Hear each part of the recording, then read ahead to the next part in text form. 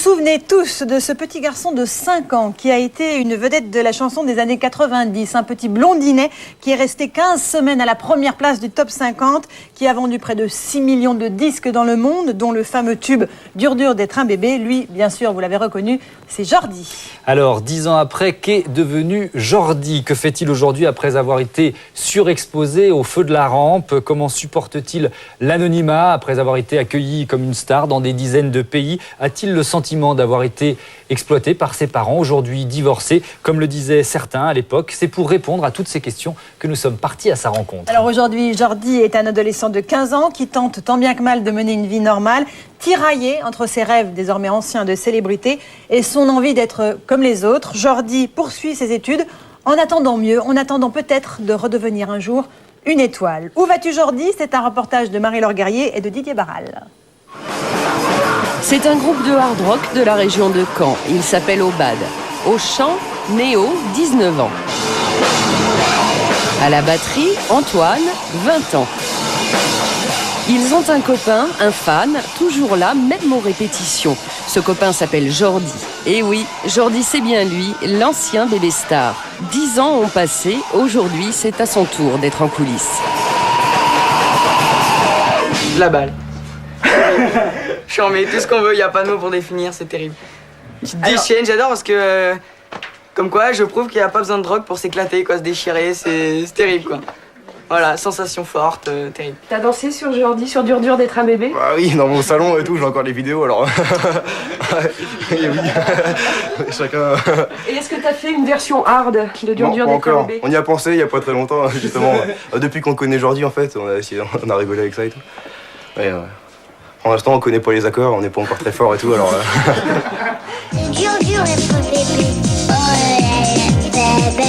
Dur dur être bébé, oh là là, bébé. C'était en 1993. Jordi, 5 ans, cartonnait. 6 millions d'albums vendus dans le monde entier, jusqu'à 35 000 spectateurs, 14 pays parcourus en un an. Arigato.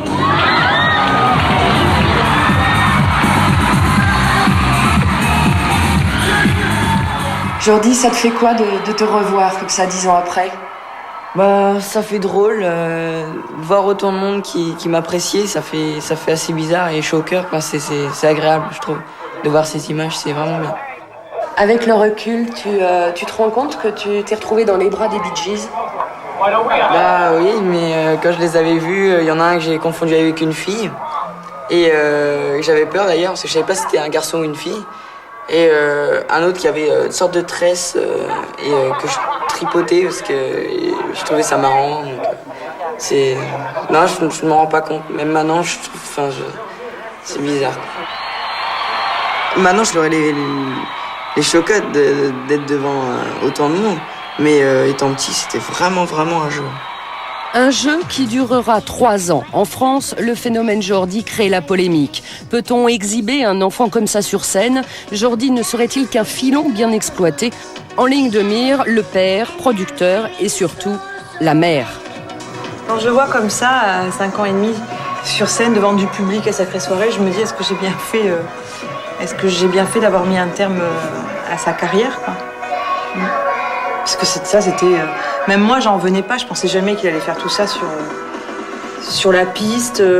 Il savait qu'il y avait du public tout autour. Il regardait, il faisait... Mais instinctivement, le tour. Il jouait avec les caméras. Trop mignon, trop beau. On a longuement hésité. On s'est dit, est-ce qu'un enfant comme ça, c'est pas un objet de foire, un enfant? Et on s'est dit... est-ce que c'est bien sain de faire chanter, de faire travailler un enfant? Qu'est-ce que vous répondez à ces accusations, madame? Déjà, je ne réponds pas à ces accusations dans le sens où moi, je n'ai rien à me reprocher. Là, par exemple, déjà, j'étais mal à l'aise. Parce qu'il y avait une telle polémique. D'ailleurs, il le dit, Jean-Pierre Foucault. Puis c'est pervers parce que j'avais Jordi à côté. Donc, en tant que maman, je ne pouvais pas, moi, mettre en danger Jordi et répondre comme j'aurais dû normalement le faire. C'est-à-dire, on m'attaque, je réponds. Nous pensons d'abord à lui. C'est notre enfant avant tout. Ce qu'il génère et ce qu'il fait après.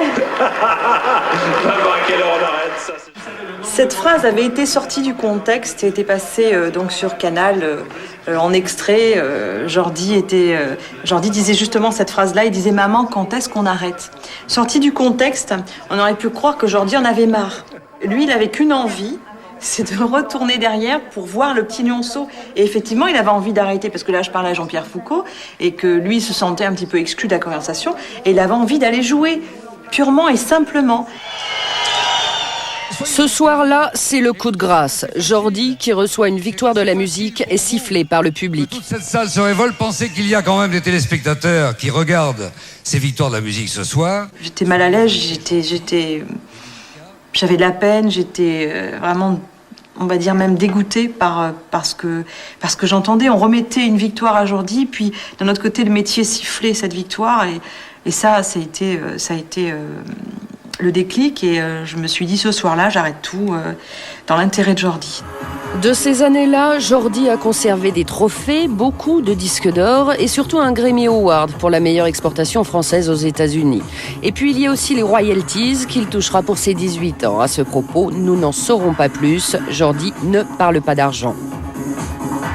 En attendant, il pense à son retour. Manifestement, il se voit plutôt en DJ qu'en chanteur. Célia, une de ses amies, a pourtant bien essayé de le remettre au micro. Quand il était petit, il chantait, mais c'est vrai qu'il a une bonne voix, et puis il a pas une voix comme les autres, quoi. Enfin, moi, je trouve qu'il chante vachement bien, et c'est dommage, quoi. Mais bon, je vais pas le forcer à chanter non plus, quoi. S'il veut pas chanter, si c'est pas son truc, tant pis, quoi. On trouve un autre partenaire. Tant pis, hein. Jordi, t'entends là ce qui se dit ? Aujourd'hui, il est dans son truc, il n'entend pas. Jordi, il cherche un homme pour chanter. Ouais, mais... Non, ça l'intéresse pas, juste de demander. Non, c'est pas... Non, c'est pas mon truc. Franchement, je sais personnellement que je sais pas chanter. Oh là là.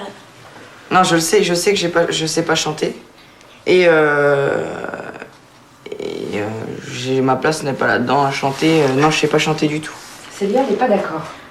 Surtout, je veux dire, on a beaucoup l'habitude de voir des gens chanter, et je peux dire qu'il sait chanter, mais il ose pas le dire. Là, ma voix, c'est une catastrophe, quoi. Mais c'est comme sur un vélo, ça s'oublie pas. Hein.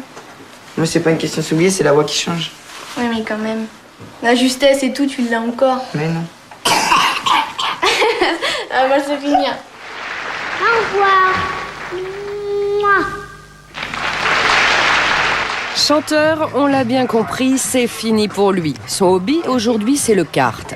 Et il va sur le circuit en famille avec son père et son demi-frère. Tu plus la même taille quand t'avais 4 ans, hein? Alors. T'as l'air impatient, là. Voilà, c'est bon. Et voilà. Allez, on va y aller. T'as hâte, là? Ah ouais. T'as le trac? Non, mais j'ai envie d'y aller, quoi. Moi, je me suis mis à la queue, comme ça, je vais lui mettre... on va avoir l'impression que je suis devant. Puis je vais lui mettre la patate, je vais lui montrer que le vieux, il est encore là, quoi. Là, c'est parti. Allez, accélère, Jordi, c'est tout droit. Le père de Jordi fut son producteur, il est toujours dans le métier. Jordi a un demi-frère de 28 ans qui travaille aussi dans la promotion de chansons. Résultat, tout le monde verrait bien le petit Jordi reprendre le chemin des studios. Pourquoi pas par la suite DJ producteur ou compositeur. En tout cas, il travaille pour, et je pense que dans quelques temps, il sera sur le devant de la scène de nouveau. Je crois que quand même son avenir, moi personnellement je le connais parce que avec sa maman on suit ce qu'il fait, et je pense qu'il a des chances de réussir parce qu'il a du caractère.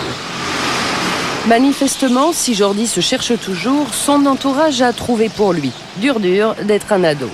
Moi, c'est ma vie. De toute façon, eux, ceux qui sont à l'extérieur, ils font rien de ma vie. C'est moi qui dois la prendre en main, donc voilà. Reviendra pas. En tous les cas, la décision, c'est lui qui la prendra.